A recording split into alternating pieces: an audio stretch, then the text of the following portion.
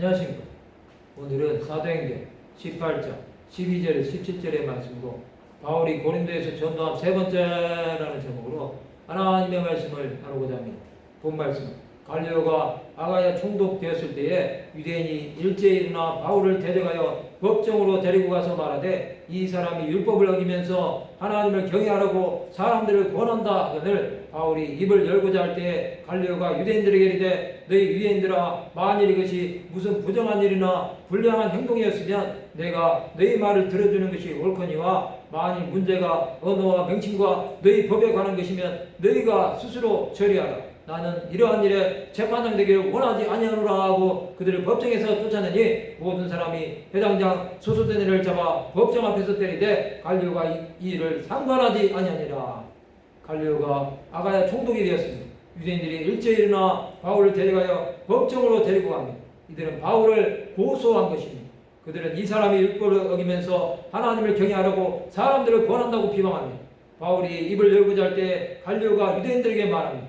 그러니 이것이 무슨 부정한 일이나 불량한 행동이었으면 들어주지만 만일 문제가 언어와 명칭과 너희 법에 관한 것이면 너희가 스스로 처리하라고 그들의 고소를 받아들이지 않았습니다. 그는 이러한 일에 재판장 되기를 원하지 않는다고 말합니다. 그는 이 일을 문제 삼고 싶어 하지 않은 것입니다.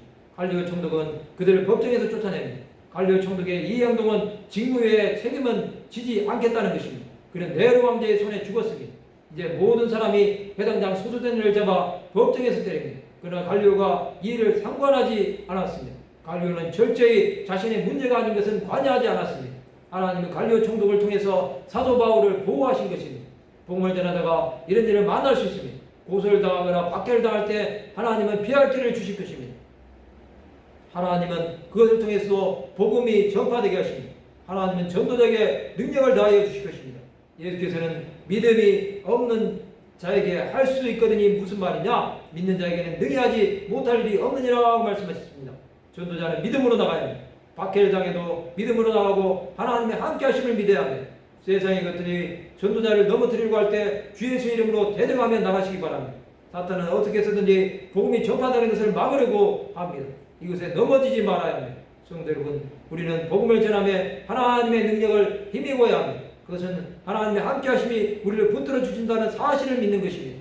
하나님의 마음을 알고 나가는 자들은 하나님의 영광을 나타내는 것입니다. 예수 이름으로 나갔던 12사도들은 박해를 이겨내고 초대교회를 세웠습니다. 또 순교자가 되므로 하나님의 뜻을 온전히 이루었습니다. 우리의 가는 길에는 고난이 기다리고 있습니다. 그러나 하나님의 일을 끝까지 마치하는 것이 우리 사명이라는 사실을 잊지 말아야 합니다. 그래야만이 믿음으로 승리할 수 있는 것입니다.